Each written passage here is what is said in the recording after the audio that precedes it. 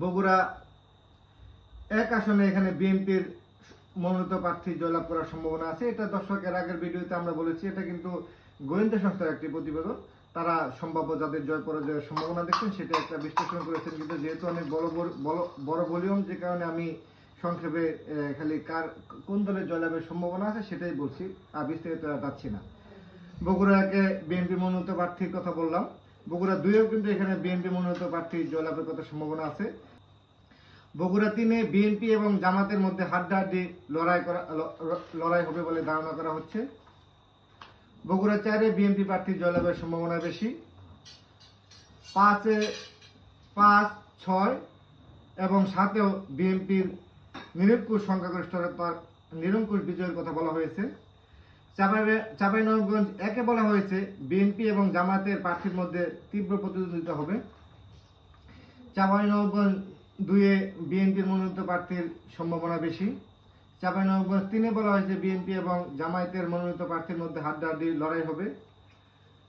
Naogaon 1-এ BNP প্রার্থী জয়লাভ করবে। নওগাঁ 2-এ বিএনপি এবং জামাত মনোনীত প্রার্থীর মধ্যে হাড্ডাহাড্ডি লড়াই হবে। নওগাঁ 3-এ জামাত এবং বিএনপির মধ্যে প্রতিদ্বন্দ্বিতা হবে। নওগাঁ 4-এ এই আসনটি মান্দা এলাকার, এখানে বিএনপি প্রার্থী জয়লাভের সম্ভাবনাই বেশি। নওগাঁ 5-এ বিএনপি প্রার্থী জয়লাভ করবে। নওগাঁ 6-এও বিএনপির কথা বলা হয়েছে। রাজশাহী 1-এ বিএনপির কথা বলা হয়েছে। রাজশাহী 2-এ বিএনপি মনোনীত প্রার্থীর কথা বলা হয়েছে। 3-এও বলা হয়েছে বিএনপির কথা। তবে 4-এ গিয়ে রাজশাহী 4-এ বলা হয়েছে বিএনপি এবং জামাতের মধ্যে লড়াই হবে। রাজশাহী 5-এ বিএনপি এবং জামাতের মনোনীত প্রার্থীর মধ্যে তীব্র প্রতিদ্বন্দ্বিতা হবে। রাজশাহী 6-এ বিএনপির প্রার্থী বিজয় লাভ করবে। নাটোর 1-এ বিদ্রোহী প্রার্থী তাইফুল ইসলাম টিপুর জয়লাভের সম্ভাবনা বেশি। নাটোর 2-এ বিএনপির প্রার্থীর কথা বলা হয়েছে, জয়লাভ করবে। নাটোর 3-এ বিএনপি এবং বিদ্রোহী প্রার্থীর মধ্যে প্রতিদ্বন্দ্বিতা হবে।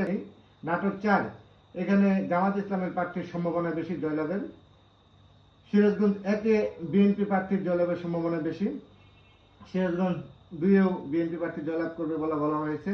সিরাজগঞ্জ 3-এও একই কথা বলা হয়েছে, বিএনপি প্রার্থী জয়লাভ করবে। সিরাজগঞ্জ 4-এ জামাত ইসলামের প্রার্থীর সাথে বিএনপি প্রার্থীর তীব্র প্রতিদ্বন্দ্বিতা হবে। সিরাজগঞ্জ 5-এ বিএনপি প্রার্থী এবং জামাত ইসলামের প্রার্থীর মধ্যে লড়াই হবে। সিরাজগঞ্জ 6-এ বিএনপি মনোনীত প্রার্থীর জয়লাভের সম্ভাবনা বেশি। পাবনা 1-এ এখানে জামাত প্রার্থী তুলনামূলক এগিয়ে আছে। পাবনা 2, এখানে বিএনপি প্রার্থীর জয়লাভের সম্ভাবনা আছে। পাবনা 3, বিএনপি প্রার্থী এবং বিদ্রোহী প্রার্থীর মধ্যে তীব্র প্রতিদ্বন্দ্বিতা হবে। পাবনা 4-এ জামাত ইসলামের প্রার্থী জয়লাভ করবে বলে ধারণা করা হচ্ছে। পাবনা 5-এ বিএনপির প্রার্থী জয়লাভ করবে। মেহেরপুর 1-এও বিএনপি প্রার্থী মাসুদ রহমানের সম্ভাবনা বেশি। মেহেরপুর 2-এ জামাত ইসলামের প্রার্থী তার সম্ভাবনার কথা বলা হয়েছে। কুষ্টিয়া 1-এ বিএনপি প্রার্থী জয়লাভ করবে বলে উল্লেখ করা হয়েছে।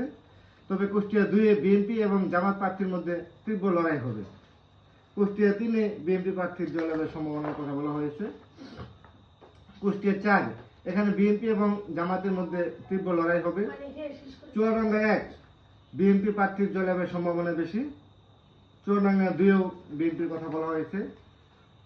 ঝিনাইদহ 1 এবং 2, দুটি আসনে বিএনপি জয়লাভ করবে বলে বলা হয়েছে। তবে 3-এর ক্ষেত্রে বলা হয়েছে জামাত ইসলাম জয়লাভ করবে। ঝিনাইদহ 4-এ বিএনপি সমর্থিত প্রার্থী এবং বিএনপি সমর্থিত প্রার্থীর মধ্যে হাড্ডাহাড্ডি লড়াই হবে। যশোর 1-এ জামাত ইসলামী জয়লাভ করবে। যশোর 2-এও জামাত ইসলামের সম্ভাবনা বেশি। যশোর 3-এ বিএনপি প্রার্থীর জয়লাভের সম্ভাবনা আছে। তবে যশোর 4-এ বিএনপি এবং জামাতের মধ্যে লড়াই হবে হাড্ডাহাড্ডি। যশোর 5-এ জামাত ইসলামী প্রার্থীর সম্ভাবনা বেশি। যশোর 6-এ বিএনপি এবং জামাতের হাড্ডাহাড্ডি লড়াই হবে। মাগুরা 1, এখানে বিএনপি প্রার্থী নিরঙ্কুশ জয়লাভ করবে বলে ধারণা করছে গোয়েন্দারা। মাগুরা 2 আসনে বিএনপি প্রার্থী জয়লাভের সম্ভাবনা দেখছেন তারা। বিএনপি প্রার্থী জয়লাভের সম্ভাবনা বেশি। নড়াইল 1 আসনেও, নড়াইল 2 আসনে জামাতের প্রার্থী জয়লাভ করবে। বাগেরহাট 1-এ বিএনপির প্রার্থী জয়লাভের সম্ভাবনা আছে।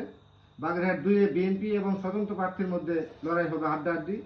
বাগেরহাট 3-এ বিএনপি প্রার্থী এবং বাগেরহাট 4-এ বিএনপি এবং জামাতের মধ্যে মূল প্রতিদ্বন্দ্বিতা হবে। এখানে যে কেউ পাস করতে পারেন। খুলনা 1 এ বিএনপি প্রার্থীর জয়লাভের কথা বলা হয়েছে।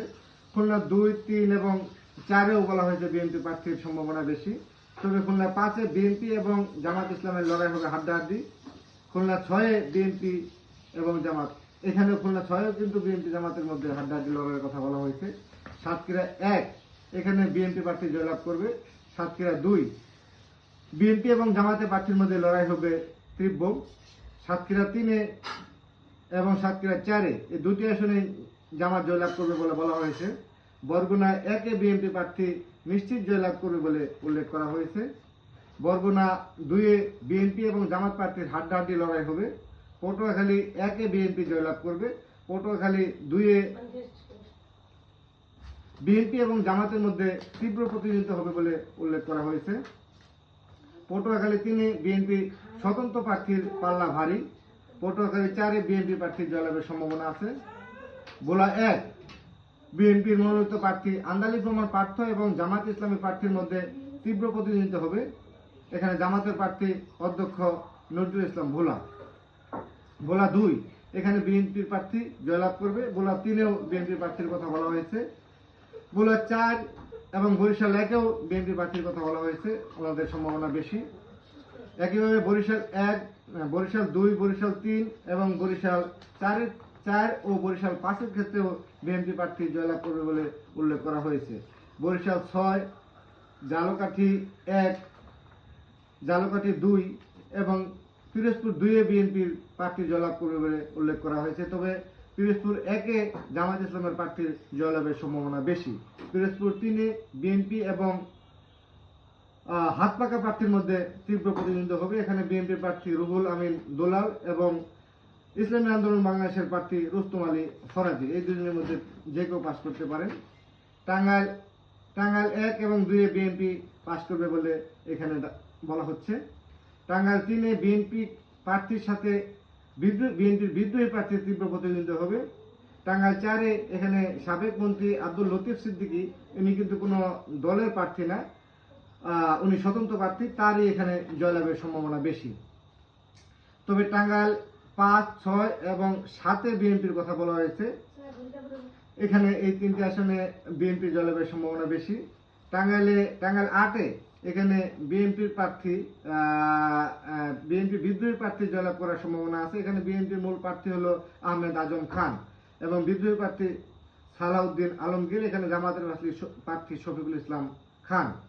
জামালপুর 1, 2, 3, 4, 5, এই 5টি আসনে কিন্তু বিএনপির কথা বলা হয়েছে, বিএনপির পাওয়ার সম্ভাবনা আছে। শেরপুর 1-এ জামাত ইসলামের প্রার্থী এবং বিএনপি বিদ্রোহী প্রার্থীর মধ্যে তীব্র প্রতিদ্বন্দ্বিতা হবে। শেরপুর 2-এ বিএনপির প্রার্থীর জয়লাভের সম্ভাবনা বেশি। শেরপুর 3 এখানে স্থগিত রাখা হয়েছে, এখানে কিন্তু কোনো বিশ্লেষণ নাই।